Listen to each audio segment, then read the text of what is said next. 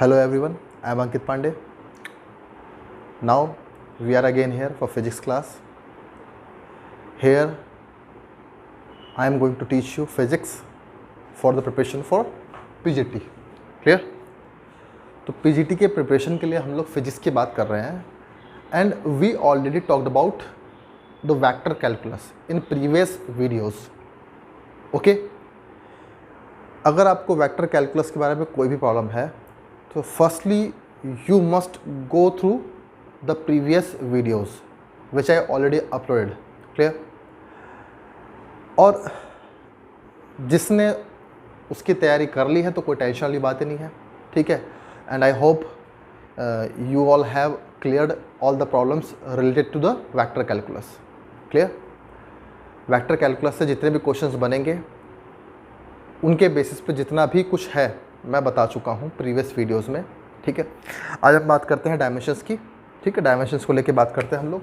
ठीक, तो डायमेंशंस भी एक डायमेंशन क्वेश्चन आपके एग्जाम में पक्का आएगा एक क्वेश्चन तो. ठीक है, तो 100% आपको एक क्वेश्चन मिलेगा डायमेंशन का, है ना. तो कैसे क्वेश्चन करेंगे हम लोग? पहले सबसे पहले डायमेंशन होती क्या है, बेसिक चीज़ें तो आप लोग पहले जानते होंगे, है ना. तो डायमेंशंस क्या करती हैं? तो ये किसी भी फिजिकल क्वांटिटी की कैरेक्टरिस्टिक होती है डायमेंशंस. ठीक है, इससे हमें पता क्या लगता है?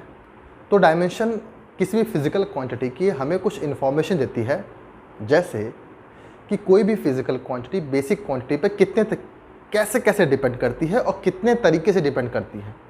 फॉर एग्ज़ाम्पल, आप जानते हो सब लोग कि हमारे नेचर में 7 तरीके की 7 बेसिक क्वांटिटीज़ होती हैं और बाकी सब डिराइव्ड क्वांटिटीज़ होती हैं.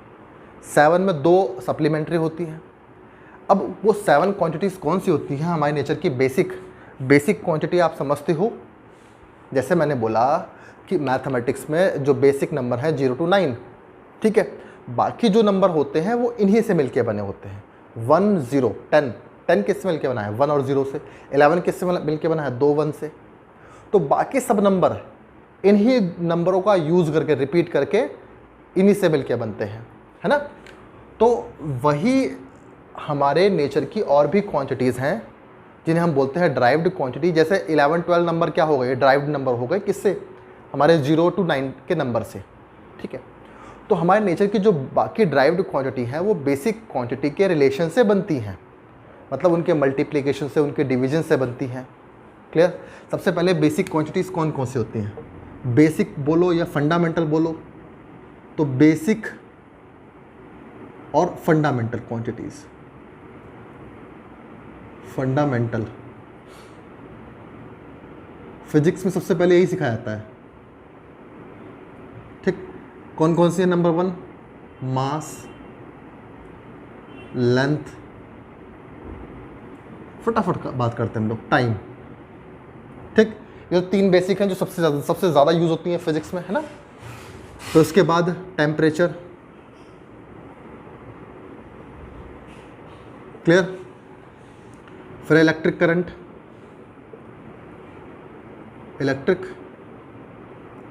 करंट, और क्या हो गई? Luminous intensity.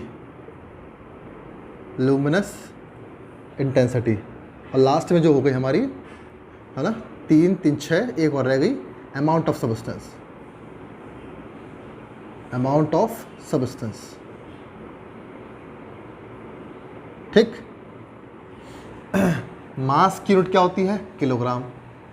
लेंथ की ऐसा यूनिट बात करें, मीटर.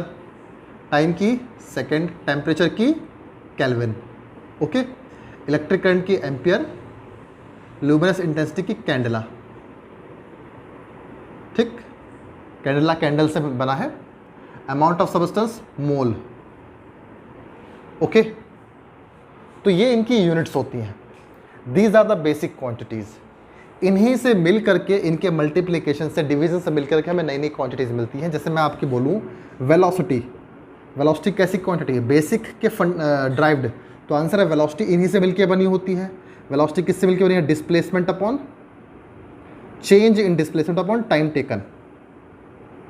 ठीक, तो डिस्प्लेसमेंट किससे मिलके बना है? डिस्प्लेसमेंट का नाम दूसरा नाम क्या है? लेंथ, यानी लेंथ का ही दूसरा नाम डिस्प्लेसमेंट है। डिस्प्लेसमेंट की यूनिट क्या होती है? मीटर। तो मीटर और टाइम सेकंड से, मीटर और सेकंड से मिलकर वेलोसिटी बना है।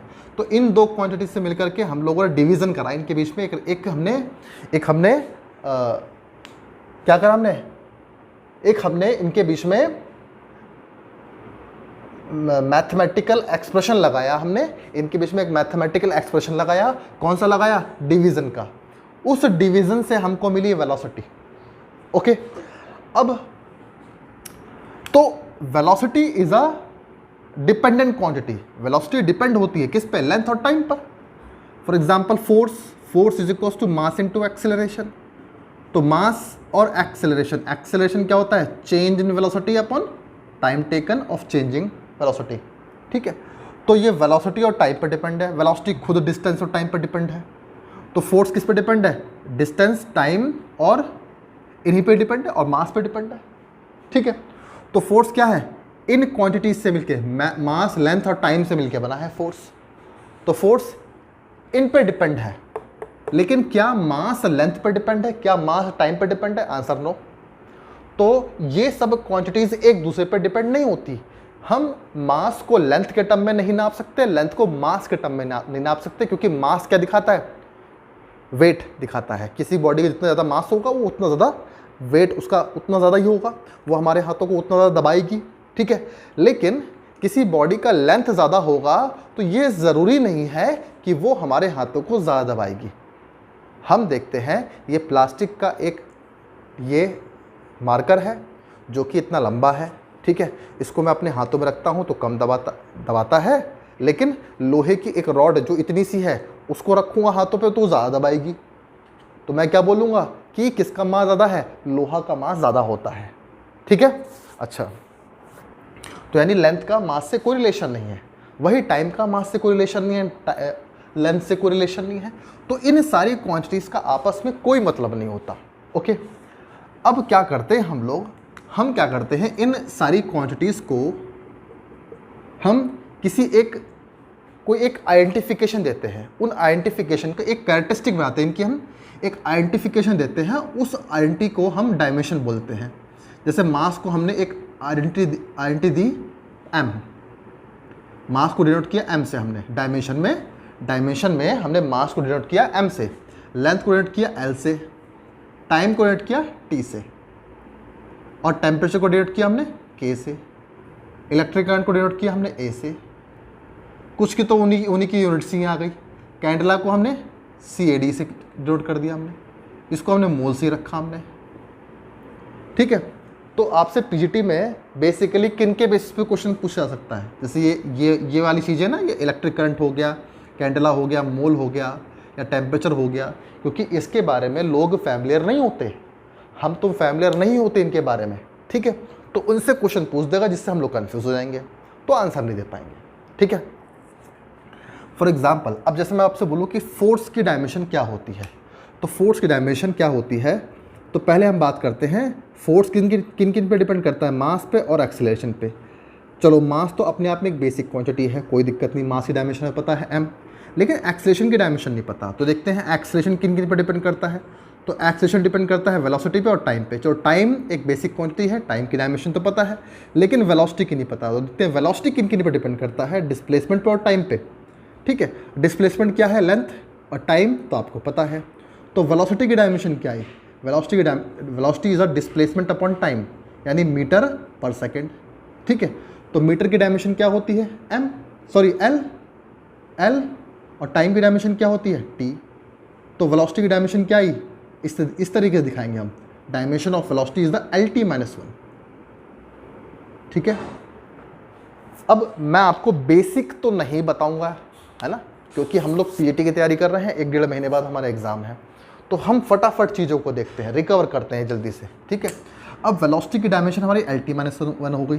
तो एक्सेलरेशन की डायमेंशन क्या हो गई? Acceleration is the velocity upon time, मतलब LT-1 तो वेलोसिटी की डायमेंशन हो गई, और टाइम की डायमेंशन T हो गई। तो बताओ एक्सेलरेशन की डायमेंशन क्या हो गई? LT-2। तो अब A की डायमेंशन यहाँ रखो, मास की डायमेंशन m हो गई, और A की डायमेंशन हो गई LT-2। तो बताओ फोर्स की डायमेंशन क्या हो गई? MLT-2। तो this is the dimension of force. तो फोर्स की डायमेंशन क्या आई, MLT माइनस 2, MLT माइनस 2, ठीक है।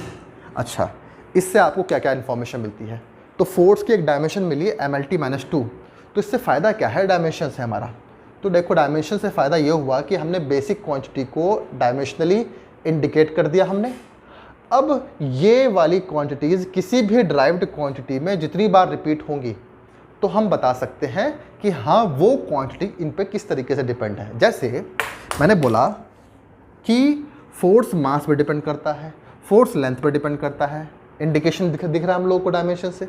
हमें पूरी क्वांटिटी लिखने की ज़रूरत नहीं पड़ती, हमें एक शॉर्ट फॉर्म में पता लग जाता है, MLT के सब इनके शॉर्ट फॉर्म में हमें इंडिकेशन मिल जाता है कि फोर्स कितने तरीके से डिपेंड करता है। मास पर डिपेंड करता है, मास के प्रोपोर्शनल होता है, लेंथ के प्रोपोर्शनल होता है, लेकिन टी के स्क्वायर के इन्वर्सली प्रोपोर्शनल होता है, ठीक है। और क्या पता लगता है कि फोर्स सबसे ज़्यादा डिपेंड किस पे करता है, तो फोर्स सबसे ज़्यादा डिपेंड करता है टाइम पर, ठीक है।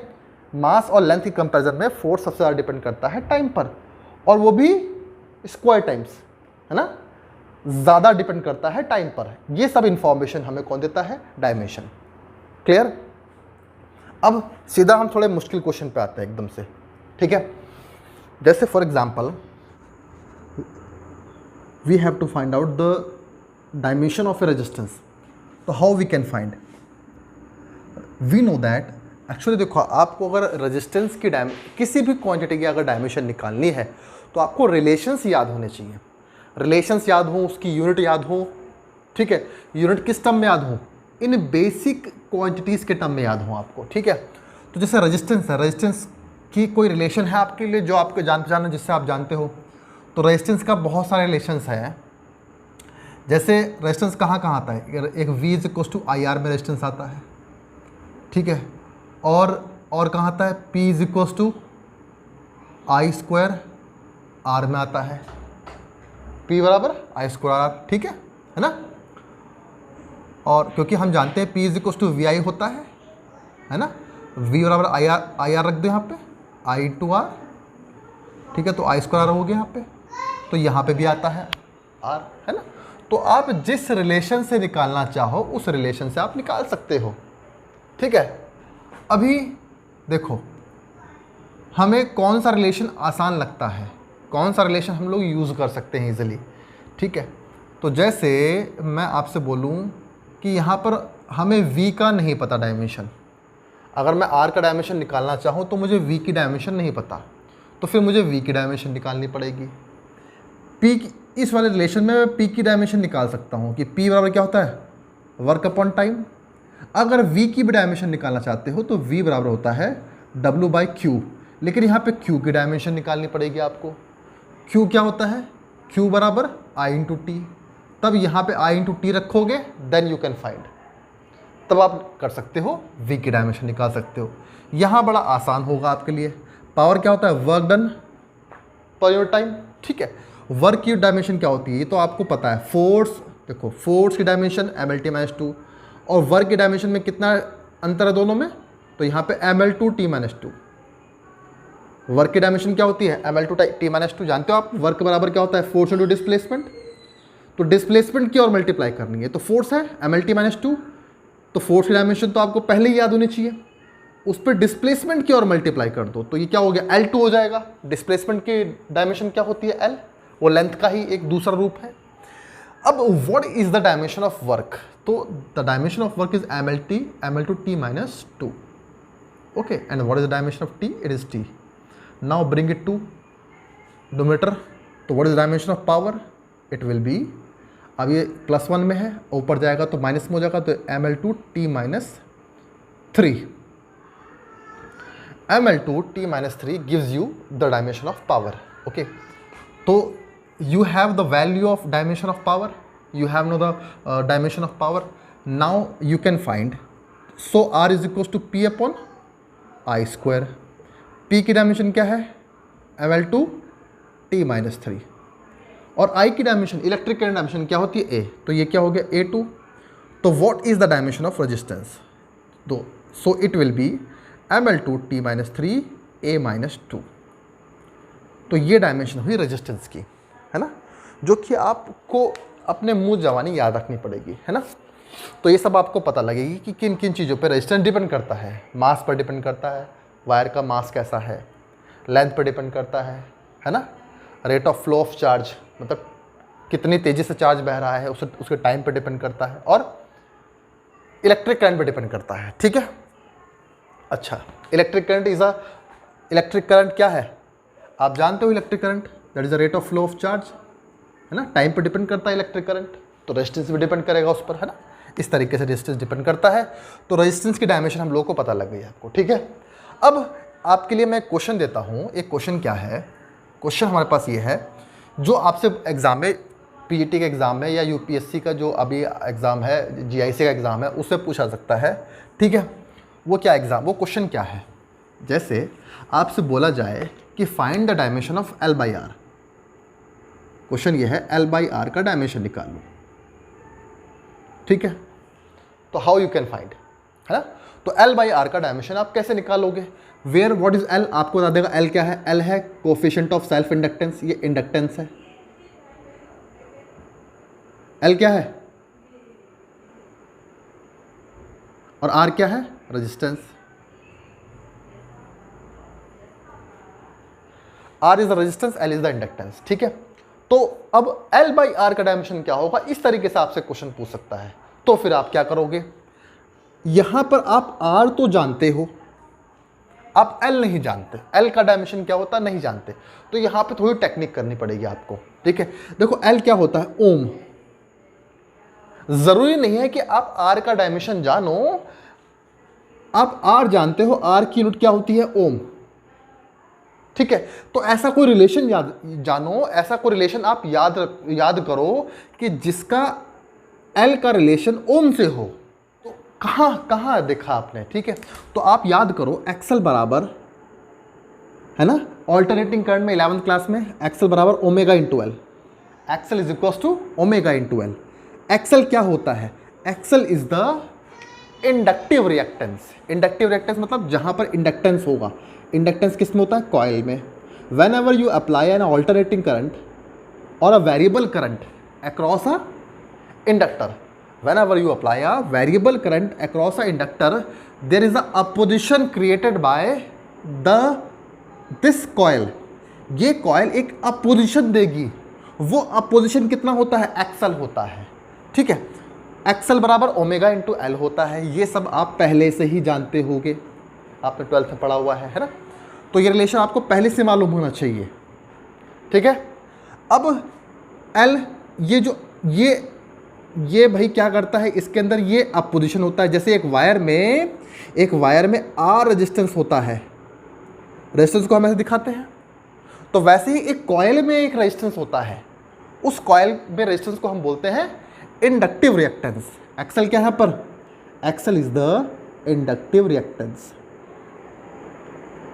देखो हम कई सारी चीज़ें एक साथ कर रहे हैं, कुछ आगे आने वाली चीज़ों को हम लोग पहले ही थोड़ा सा रिवाइज कर रहे हैं हम लोग, ठीक है।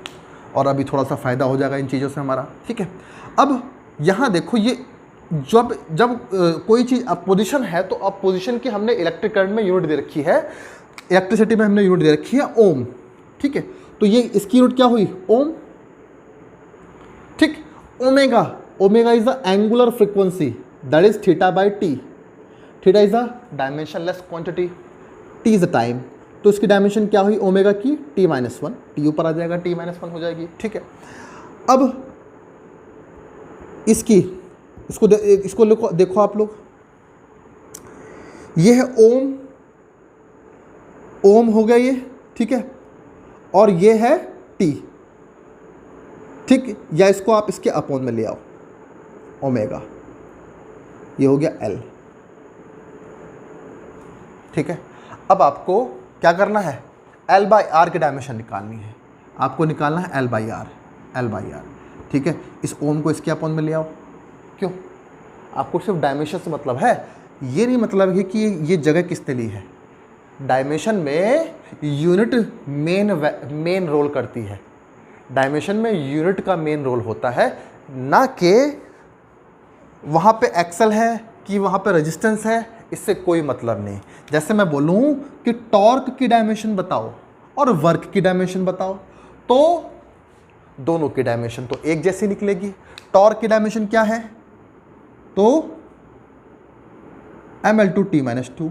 वर्क की डायमेंशन क्या है, ml/t-2। दोनों की डायमेंशन एक जैसी आई, जबकि दोनों क्वांटिटीज अलग अलग है ना। तो बस वो इंफॉर्मेशन देता है कि सामने वाली क्वांटिटी किन किन चीजों पर डिपेंड करती है, ये इंफॉर्मेशन देता है डायमेंशन आपको। ये नहीं बताता कि ये क्वांटिटी, ये तो बताएगा कि क्वांटिटी है कौन सी, लेकिन ये नहीं बताएगा कि वो जो क्वांटिटी है वो टॉर्क है कि वर्क है।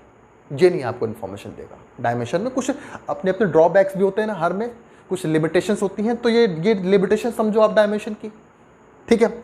अब इस डायमेंशन को देख करके हम बता सकते हैं कि क्वांटिटी कौन सी हो सकती है, क्योंकि हम देखते हैं एक ही दो अलग अलग क्वांटिटी की डायमेंशन एक जैसी भी हो सकती है।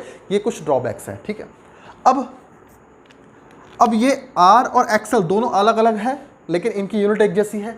तो जिन क्वांटिटीज़ की यूनिट एक जैसी होती है तो उनकी डायमेंशन भी एक जैसी हो जाती है, ठीक है। तो अब हमें सिर्फ डायमेंशन से मतलब है, तो आप L/ओम रख दो यहाँ पे, तो यहाँ पे क्या आ जाएगा 1, है ना। तो L/ओम की डायमेंशन क्या आई, 1/ओमेगा। ओमेगा क्या है, ओमेगा की डायमेंशन T-1 है, ठीक है। तो क्या डायमेंशन आई ओमेगा की, T-1। ये T ऊपर चला जाएगा तो T हो जाएगा। तो बताओ आप L/R की डायमेंशन क्या आई, T। L/R की डायमेंशन क्या आई, T। देखो यहाँ से इन्फॉर्मेशन मिलता है। तो आपको इतना बड़ा डायमेंशन याद रखना पड़ेगा, आपको L की डायमेंशन याद करने की ज़रूरत नहीं है, ठीक है। ये कोई नहीं इतनी आसानी से याद कर सकता कि मन मर्जी कहीं से पूछ लोगे, है ना। तो क्या होता है, आपकी इंटेलिजेंसी चेक की जाती है इन तरीक़ों से। उम्मीद है ये बातें आपको क्लियर हो गई होंगी, है ना। तो L/R में देखो मैंने किस टेक्निक से लिया है, T के बराबर। आप लोग देखो ना भाई, यहाँ पर क्या होता है, एक्सल ओम होता है, यहाँ पे रेजिस्टेंस भी ओम होता है। तो मुझे L/ओम की डायमेंशन निकालनी है। तो यहाँ पे L/ओम किसके बराबर होता है, L/ओम होता है 1/ओमेगा के बराबर। और ओमेगा की डायमेंशन क्या होती है, T-1। तो 1/ओमेगा की डायमेंशन क्या होगी, T। इतना आप सब जानते हो। तो L/R की डायमेंशन क्या हुई, वो L/R किसके बराबर होता है, टाइम के बराबर। प्लैंक्स कांस्टेंट की डायमेंशन निकालो, ठीक है। प्लैंक्स कांस्टेंट क्या होता है, ऐसा होता है H। इसकी डायमेंशन आपको निकालनी है। तो अब एकदम से याद तो होगा नहीं हम लोगों को डायमेंशन ही कैसे निकालें हम लोग इसकी, है ना। तो कैसे करोगे आप लोग, तो उसका ध्यान रखना। मैंने आपसे पहले बोला है, बताओ आपने प्लैंक्स कांस्टेंट को पहली बार कहाँ देखा था। तो प्लैंक्स कांस्टेंट को हमने देखा था कि जब भी हमने देखा था क्या, कि हाइड्रोजन स्पेक्ट्रम आपने देखा है, हाइड्रोजन स्पेक्ट्रम पढ़ा हुआ आप लोगों ने, है ना। ऑर्बिट्स, ये एनर्जी लेवल्स में जब भी इलेक्ट्रॉन हायर से लोअर पे आएगा तो इट विल एमिट रेडिएशन, ठीक है। वो रेडिएशन दिखाएगा, है ना। वो रेडिएशन कितना होता है, उस रेडिएशन में एनर्जी होती है, कितनी होती है, E = H/μ, है ना। तो याद है आप लोगों को, ये न्यूक्लियस है, ठीक है। इस न्यूक्लियस के चारों तरफ क्या है, ऑर्बिट्स है। इस ऑर्बिट में कौन रिवॉल्व कर रहा है, इलेक्ट्रॉन, ठीक है। तो बाहर से अगर फोटोन गिरेगा, तो एक फोटोन गिरता है तो अपने साथ एक फोटोन एनर्जी लेके आता है। वो एनर्जी कितनी होती है, H/μ, ठीक है, सबको पता है ना। तो फोटोन पैकेट्स के फॉर्म में होते हैं और उनके पास आइंस्टाइन की मास एनर्जी के क्वेश्चन की हेल्प से हम लोगों ने, या आइंस्टाइन ने बताया था, ठीक है, फोटो इलेक्ट्रिक क्वेश्चन से हम लोगों को ये पता लगा था E = H/μ।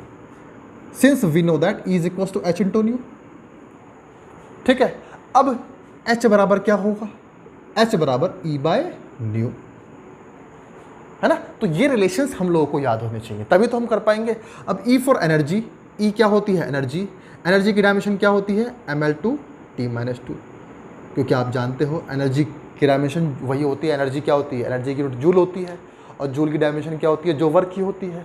तो वर्क की डायमेंशन एनर्जी की डायमेंशन हो गई। और फ्रीक्वेंसी क्या होती है, reciprocal of time, that is the number of oscillation, ठीक है, in a unit time, that is 1/T, है ना। हम लोग पढ़ चुके हैं। ओमेगा बराबर क्या होता है, 2πν, और ओमेगा बराबर क्या होता है, 2π/T, है ना। T क्या होता है, time period, T for time period, है ना। मतलब एक कंप्लीट साइकिल में कितना टाइम लगता है टी। तो कंप्लीट साइकिल में एंगुलर डिस्प्लेसमेंट कितना हुआ 2 पाई, तो 2 पाई अपॉन टी। इन दोनों को कंपेयर कर दोगे तो न्यू बराबर क्या आएगा 1 अपॉन टी। ठीक है, तो न्यू की डायमेंशन क्या आई टी माइनस 1। तो न्यू की डायमेंशन क्या आई टी माइनस 1।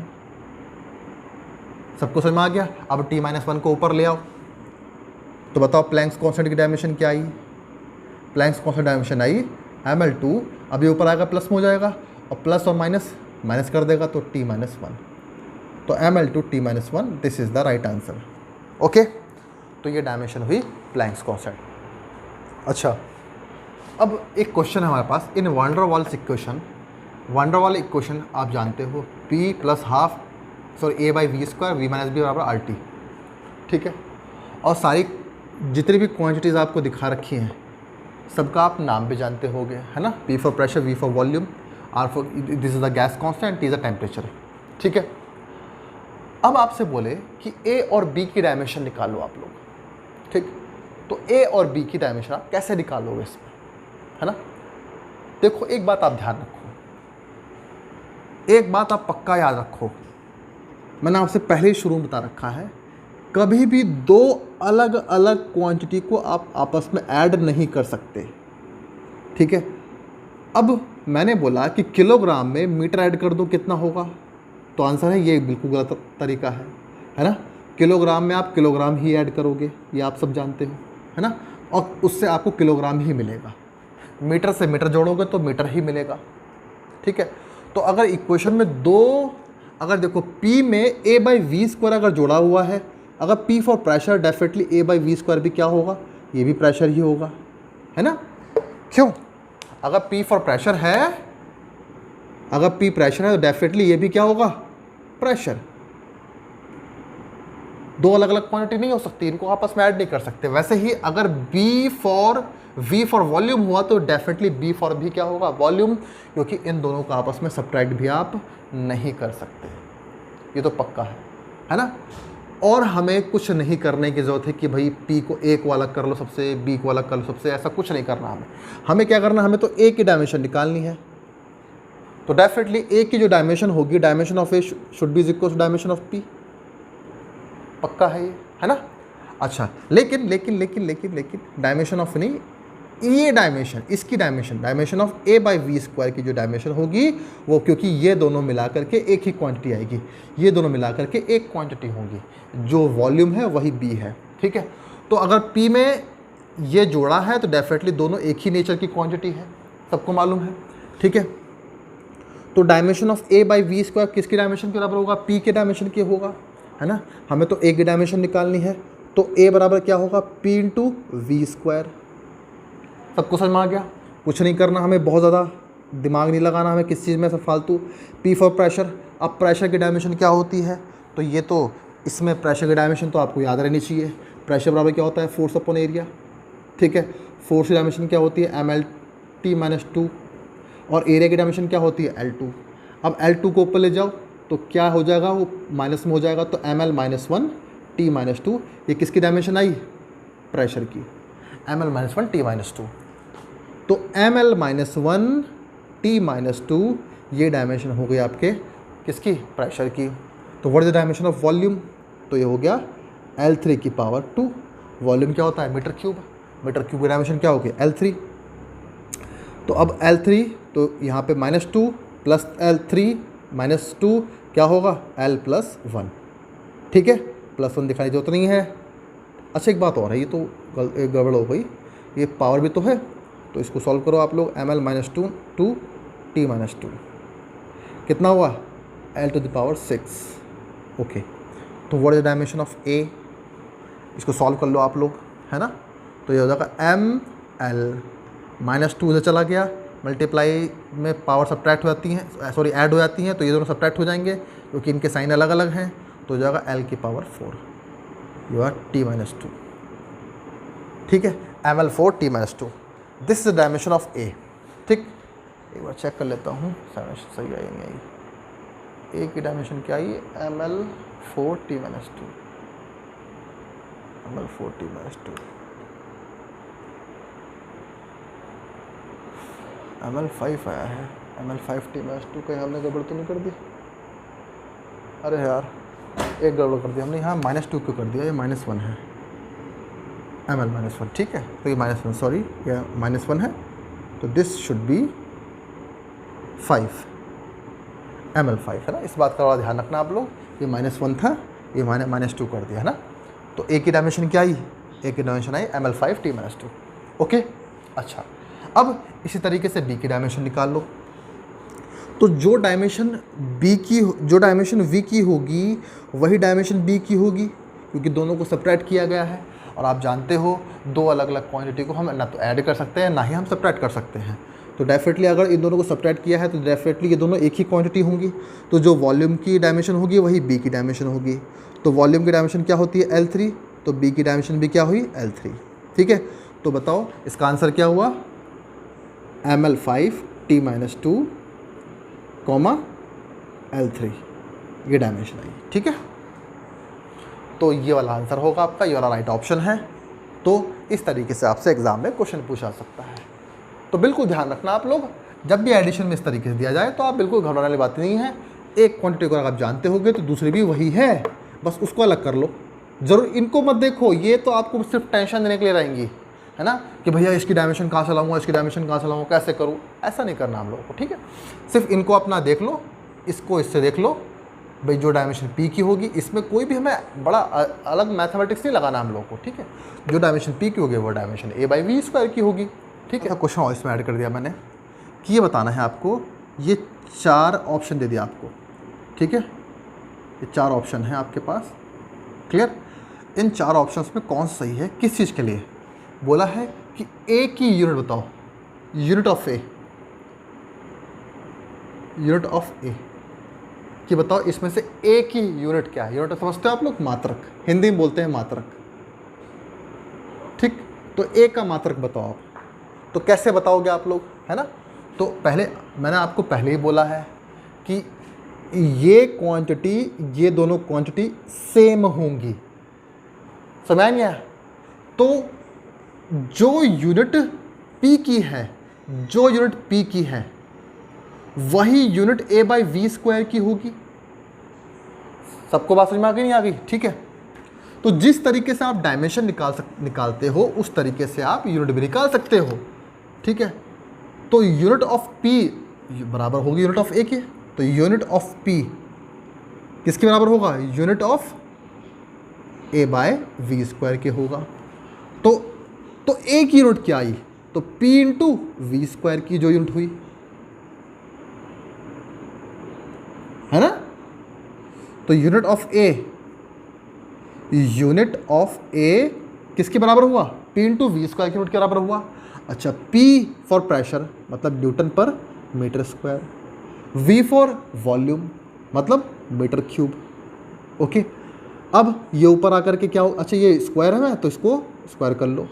तो न्यूटन इंटू मीटर की पावर -2 मीटर 6, 3 × 6, ओके।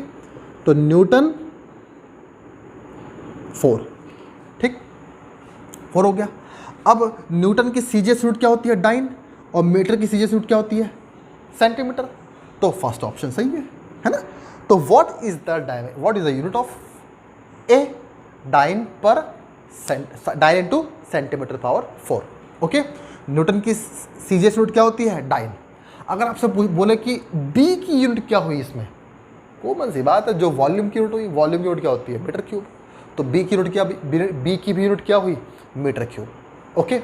तो ये आप लोग ध्यान रखना ना, ये एक अच्छा क्वेश्चन बन सकता है और एग्जाम में प्रीवियस एग्जाम में क्वेश्चन पूछा गया है ना, यूनिट्स में और डायमेंशंस में। यूनिट्स और डायमेंशंस आपके एग्जाम में आएंगी, ठीक है। ऐसे क्वेश्चन आएगा आपके लिए, है ना। एक क्वेश्चन और दिमाग में आया, ठीक है। आपसे बोला जाता है कई बार, find the dimension of surface tension. Surface tension आप जानते हो, है ना। सरफेस टेंशन कहाँ होती है, लिक्विड के सरफेस पर। ये लिक्विड है, लिक्विड का सरफेस, इससे पानी का सरफेस, ठीक है। तो पानी के सरफेस क्या होता है, खिंचा जाता है बिल्कुल, है ना। ऐसा लगता है कि स्ट्रेच्ड मेम्ब्रेन जैसा, जैसे खिंची हुई खाल होती है ना, इस तरीके से लगता है पानी का सरफेस। कहीं पे भी ऐसा नहीं होता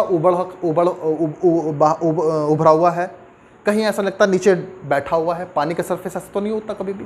शांत पानी का सरफेस कैसा होता है, एक स्ट्रेच्ड मेम्ब्रेन की तरह, खिंची हुई खाल की तरह होता है, ठीक है। तो अब हमें वो खिंचा हुआ है, डेफिनेटली कोई फोर्स ने उसे खींचा हुआ है। पानी की बूंदें ऊपर क्यों नहीं उभरी हुई है? उसका वजह है मेम्ब्रेन का स्ट्रेच्ड होना। ठीक, तो उसके लिए हमने क्या करा, सरफेस के बीच में हमने एक लाइन खींच दी। ठीक है, क्योंकि इस लाइन को इधर के मॉलिक्यूल इधर खींच रहे हैं, इधर के मॉलिक्यूल इधर खींच रहे हैं, है ना। तो ऐसे खिंचा हुआ है हर तरफ से। ठीक, तो अगर इस लाइन की लेंथ L है और इस पे फोर्स लगा हुआ F, तो L लेंथ में कितना फोर्स मिला? F। तो 1 लेंथ में कितना होगा? Force per unit length. इसे ही हम बोलते हैं सरफेस में tension. This is called the tension on the surface. ठीक है, तो सरफेस टेंशन क्या होता है? Force per unit length. ठीक है ना। अच्छा, तो अब आपसे बोले कि सरफेस टेंशन की डायमेंशन निकाल दो, सरफेस टेंशन की डायमेंशन निकाल दो, तो F/L की डायमेंशन निकाल लो आप लोग। फोर्स की डायमेंशन क्या होती है? फोर्स की डायमेंशन होती है mlt-2, बड़ा आसान है। और L की डायमेंशन क्या होती है? L। ठीक है, अब इसको ऊपर ले आओ, तो mt-2 is the dimension of surface tension. Okay, इस तरीके से इसकी डायमेंशन होती है। तो ये डायमेंशंस आपको याद होनी चाहिए, जो कि बहुत काम की होती हैं, है ना। तो कुछ डायमेंशन आप लोग पढ़ो, 11th की बुक्स में आपको सब डायमेंशंस मिलेंगी, उनके क्वेश्चंस की प्रैक्टिस करना पड़ेगा आप लोगों को, है ना।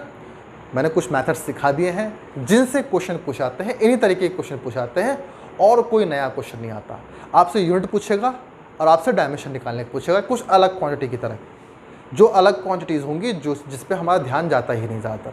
ठीक है, वो रिलेशन से ही आप निकाल सकते हो उन डायमेंशंस को। तो वो जब ही हो सकता है जब आपकी प्रैक्टिस होगी।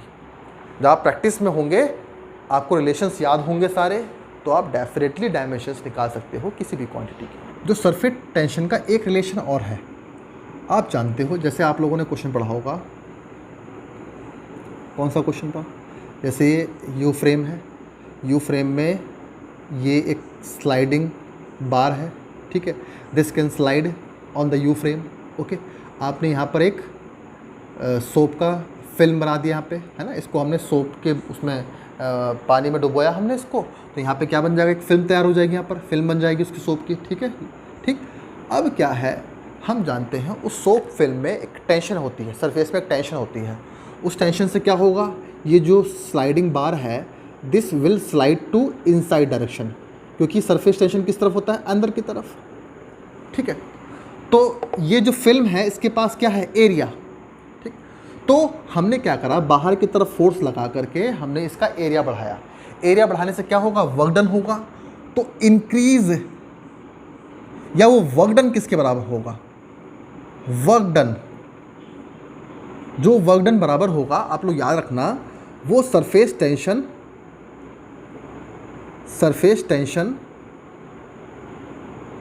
इनटू इंक्रीज इन एरिया के बराबर होगा। कितना एरिया आपने बढ़ाया? कितना एरिया बढ़ाया आपने? ठीक है, मतलब आप इस स्लाइडर को यहाँ से यहाँ तक ले आए, तो आपने इतना एरिया बढ़ा दिया, डेल्टा ए। तो आपने कितना वर्क डन किया, है ना। तो वर्क डन बराबर surface tension into increase in area. तो W बराबर S इंटू डेल्टा ए, या S बराबर W अपॉन डेल्टा ए। ठीक है, तो ये भी एक रिलेशन है हमारे पास, है ना। वर्क डन किस चीज़ में? सरफेस की एनर्जी इंक्रीज करने में। सरफेस की एनर्जी इंक्रीज करने में जो वर्क डन हुआ, या सरफेस की energy, increase in surface energy, work done को हम इंक्रीज इन सरफेस एनर्जी बोल सकते हैं। और इंक्रीज इन सरफेस एनर्जी, कौन सी सरफेस? ये जो फिल्म बनी है ना यहाँ पे, इस फिल्म की सरफेस को इंक्रीज करने में जो वर्क डन होता है, वो सरफेस टेंशन और इंक्रीज इन एरिया के बराबर होता है। ठीक है, ये हम फ्लूइड में पढ़ेंगे हम लोग। ठीक है, प्रॉपर्टीज ऑफ फ्लूइड में, वहाँ आपको क्लियर होगा। तो इसकी भी डायमेंशन निकाल लो। वर्क की डायमेंशन क्या होती है? ml/T-2। और एरिया की डायमेंशन क्या होती है? L2। ऊपर आएगा तो डायमेंशन क्या होगी? mt-2। तो वही डायमेंशन आई जो इसकी डायमेंशन आई। ठीक है, तो दोनों जगह एक ही डायमेंशन, दोनों एक ही क्वांटिटी है सरफेस टेंशन, है ना। चलो, अब एक न्यूमेरिकल और देखते हैं हम लोग। अब एक क्वेश्चन है, विस्कस ड्रैग, मतलब दैट इज़ अ फोर्स, किसकी वजह से? विस्कोसिटी किस में होती है? लिक्विड में होती है या गैसेज में होती है? ठीक है। तो एक विस्कस ड्रैग मतलब एक विस्कस फोर्स है ऑन ए बॉडी, किसी बॉडी पर विस्कस फोर्स लगा हुआ है जो कि फ्लूइड मोशन में है, मूविंग इन अ फ्लूइड। अच्छा, वो फ्लूइड में मोशन कर रही है, वो body moving in a fluid, fluid में वो बॉडी मोशन कर रही है। अब due to difference in pressure, pressure के डिफरेंस की वजह से कहाँ पे, आगे और पीछे किनारे पर, आगे वाले किनारे पर और पीछे वाले किनारे पर, मतलब एंड्स पर, एजेस पर जो फोर्स है, विस्कस फोर्स है या विस्कस ड्रैग है, वो कितना है, F is equals to B rho power alpha V की पावर बीटा एंड A की पावर गामा। हमें सिर्फ इससे मतलब है, और ये क्वांटिटी कौन सी है हमें उससे मतलब है, ठीक है। बाकी हमें इंफॉर्मेशन मिल जाती है कि ये फ्लूइड में से लिया गया है क्वेश्चन, लेकिन हमें तो डायमेंशन से मतलब है, डायमेंशन नहीं मतलब, डायमेंशंस का हमें कोई टेंशन लेने वाली बात नहीं होती कि डायमेंशन में हम आगे आने वाली क्वांटिटीज़ को भी हम डायमेंशन में पढ़ सकते हैं। सिर्फ हमें यूनिट से मतलब है और उनका रिलेशन से मतलब है। हमें मतलब किस चीज़ से है, मतलब है कि ये क्वांटिटी कौन सी है, डेंसिटी है, हम जानते हैं डेंसिटी को, तो हमें क्वांटिटी से मतलब है, उनके रिलेशन से मतलब है बस अभी तो, ठीक है। बाद में अगर न्यूमेरिकल्स बनते हैं इनके बेसिस पे तो हम वो अलग से बात करेंगे, वो अलग चीज़ है। अभी हम सिर्फ डायमेंशंस को लेके बात करते हैं। तो अब यहाँ पर हमें क्वेश्चन में बोला है कि अल्फ़ा, बीटा और गामा की वैल्यूज़ बताओ आप लोग, इनमें से कौन सी सही वैल्यू है। तो F is a force, force की डायमेंशन क्या हुई, आप सीधा क्या करो, इन दोनों तरफ की डायमेंशन लिख दो यहाँ पर, ठीक है, on writing dimension on the both sides. तो what is the dimension of force, MLT minus 2, MLT minus 2 is the dimension of force. B is the dimensionless quantity, इसको छोड़ो तुरंत। डेंसिटी, डेंसिटी की डायमेंशन क्या होगी, तो आप जानते हो डेंसिटी बराबर होता है मास पर यूनिट वॉल्यूम। मास क्या होता है किलोग्राम और वॉल्यूम क्या होता है मीटर क्यूब, तो किलोग्राम पर मीटर क्यूब। तो क्या होगा, किलोग्राम की डायमेंशन क्या होती है ML माइनस 3, तो ML माइनस 3 किसकी डायमेंशन हुई, डेंसिटी की। तो ML माइनस 3 की power alpha. V for velocity, velocity dimension आपको पता है LT माइनस 1। अगर आप रिलेशन नहीं जानते तो डायमेंशन तो भूल जाइए आप। एरिया, A फॉर एरिया है ना, तो एरिया की डायमेंशन क्या हुई L2 की पावर गामा। अब यहाँ पर M की पावर 1 है, L की पावर 1 है और T की पावर माइनस 2 है। यहाँ M को अलग कर लो, M की पावर अल्फ़ा है, L को अलग कर लो, L यहाँ पे L, यहाँ पे क्या है बीटा, ठीक है। तो M की पावर अल्फ़ा, L की पावर क्या होगा, तो यहाँ L की पावर माइनस 3 अल्फ़ा है, ठीक है, और यहाँ पर L की पावर बीटा है, तो प्लस बीटा हो गया, मल्टीप्लाई पावर ऐड हो जाएंगी। T एक ही है और यहाँ पे L तो एक और है ना, तो प्लस 2 गामा, ठीक है। और T क्या आया, T माइनस बीटा, ठीक है। चलो सही लिखा हम लोगों ने, M alpha, L minus 3 alpha और L बीटा और गामा 2 अल्फ़ा, ठीक है। ऑन कंपेयरिंग बोथ साइड्स, दोनों साइड में कंपेयर कर दो आप लोग, तो अल्फ़ा की वैल्यू क्या आई 1, ठीक है, और minus 3 alpha plus beta plus 2 gamma, plus 2 gamma की वैल्यू क्या आई हमारे पास 1, ठीक है, उसकी वैल्यू 1 आई। और बीटा की वैल्यू क्या आई 2, तो 1 और 2, 1 और 2, तो अल्फ़ा की वैल्यू 1 और बीटा की वैल्यू 2, बस इसी में दिख रहा है हम लोगों को, तो यहाँ पे भी दिख रहा है हम लोगों को, तो अब कन्फ्यूजन हो गया हम लोग के लिए। इसमें इन दोनों में से एक आंसर हो सकता है, नहीं पता, मजबूरन हमें गामा की वैल्यू निकालनी पड़ेगी, ठीक है। वैसे एक इंडिकेशन मिलता है, हमेशा ध्यान रखना। चलो इन दोनों से एक ऑप्शन तो होगा ही होगा, हमें तो सॉल्व करना ही पड़ेगा, मजबूरी है। तो अल्फ़ा और बीटा की वैल्यू रखो आप लोग, ठीक है। अल्फ़ा की वैल्यू यहाँ रख दो, तो क्या आया माइनस 3 प्लस बीटा की वैल्यू क्या है 2 प्लस 2 गामा बराबर 1, ये 1 हो गया, प्लस 2 माइनस 1 है ना, ये माइनस 1 है ना, माइनस 3 प्लस 2, अच्छा, प्लस 2 गामा बराबर 1, तो 2 गामा बराबर 2 या गामा बराबर आ गया 1, तो ये पहला ऑप्शन सही है, ठीक है। First option is the right option, clear है ना। तो हमें मजबूरन ए और बी की अल्फ़ा बीटा और गामा की वैल्यू निकालनी पड़ी, ज़्यादा समय नहीं लगा, ज़्यादा टाइम नहीं लगा हम लोगों के लिए, इजीली हम लोगों ने निकाल लिया। तो इस तरीके का क्वेश्चन भी आपसे एग्ज़ाम में, प्रीवियस एग्ज़ाम में पूछा गया है, ठीक, तो ये क्वेश्चन भी आप लोग देखना है ना। तो the board can ask these types of question also, okay, so you must careful about it, okay। तो I told you the types of questions which will be asked by the PGT examination, in PGT examination, so you must be prepared these types of questions, okay। जैसे एक question और दिमाग में आया मेरे, जैसे कि वो क्वेश्चन क्या है, पहले डस्टर देखता हूँ कहाँ है, जो कि हम लोग छोड़ के चलते हैं। देखो ज़्यादातर क्वेश्चन ध्यान रखना, ज़्यादातर क्वेश्चन जो आपसे देंगे ना, वो देंगे आपसे प्रॉपर्टीज़ ऑफ फ्लूइड से, जो सेकंड बुक होती है 11th की। प्रॉपर्टीज़ ऑफ फ्लूइड जो हो गया है ना वो, और इलास्टिसिटी हो गया या थर्मोडायनेमिक्स हो गया, इसमें से बहुत क्वेश्चन आते हैं, है ना, क्योंकि ये चैप्टर टफ माने आते हैं। तो टफ है तो डेफिनेटली आप टीचर्स जो भी स्टूडेंट होते हैं क्या होते हैं, इनको छोड़ के चलते हैं, और ये लास्ट में होते हैं, इसलिए ज़्यादा कॉन्टेक्ट में आ नहीं सकते। स्टार्टिंग के चैप्टर के क्वेश्चन तो मैक्सिमम हो जाते हैं, लेकिन इनके नहीं हो पाते, तो इसलिए ज़्यादा क्वेश्चन रेफर करते हैं इनसे।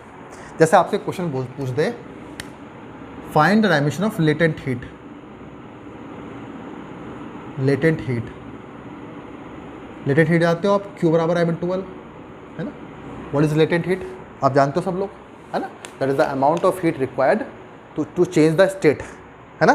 तो किसी मटेरियल के स्टेट को बदलने के लिए कितनी अमाउंट ऑफ हीट लगती है ना। जैसे बर्फ़ को लिक्विड में पानी में बदलने के लिए कितनी अमाउंट ऑफ हीट हमें उसको देनी पड़ी। और एक बात और है, लेटेंट हीट में क्या नहीं चेंज होता, टेम्परेचर नहीं बदलता, है ना। तो जब भी मटेरियल अपनी स्टेट बदल रहा होता है तो उसका टेम्परेचर नहीं बदलता। तो आपको लेटेंट हीट L की डायमेंशन निकालनी है, तो L बराबर क्या हो गया, Q/m। तो Q क्या होता है, एनर्जी, है ना, तो mLT - 2, mL/T - 2, और m क्या हुआ, किलोग्राम, दैट इज़ m। तो क्या डायमेंशन हुई, L/T - 2। तो ये डायमेंशन किसकी हुई, लेटेंट हीट की, ओके। तो L/T - 2 जान के रखना पड़ेगा ना। तो यहाँ पे आप थोड़ा सही से लिख देना, जैसे बस हमें क्या ऑप्शन पे तो टिक लगाना है, हमें फटाफट ऑप्शन पे टिक लगाना है हम लोग को, है ना। तो उसमें कोई दिक्कत वाली बात नहीं है। तो इनके बारे में सब लोग आप जान के रखोगे। तो उसमें से हीट हो गया थर्मोडायनेमिक्स में, है ना, या फिर प्रॉपर्टीज़ ऑफ फ्लूइड हो गया, प्रॉपर्टीज़ ऑफ सॉलिड्स हो गए, इससे आप पढ़ो। फिजिक्स की 11th की बुक उठाओ, सेकंड बुक से आप पढ़ो ज़्यादा, उससे बहुत क्वेश्चंस आते हैं, उसी के ही डायमेंशन से क्वेश्चन पढ़ो आप लोग, है ना। तो उससे बड़े क्वेश्चंस पूछे जाएंगे आपसे। डायमेंशंस के तो क्वेश्चन उसी यूनिट्स के ही रिलेशन से आते हैं, तो वहाँ से आप लोग ज़्यादा क्वेश्चंस पढ़ो। तो उस यूनिट के जितने भी रिलेशंस होंगे, जितनी भी क्वांटिटीज़ होंगी, उनके डायमेंशंस के क्वेश्चंस आप लोग करो तो आपसे ईजिली हो जाएंगे, ठीक है। यूनिट्स और डायमेंशन में से यहीं से आएगा, इससे अलग कुछ नहीं आने वाला, ठीक। तो आप इसकी तैयारी करो।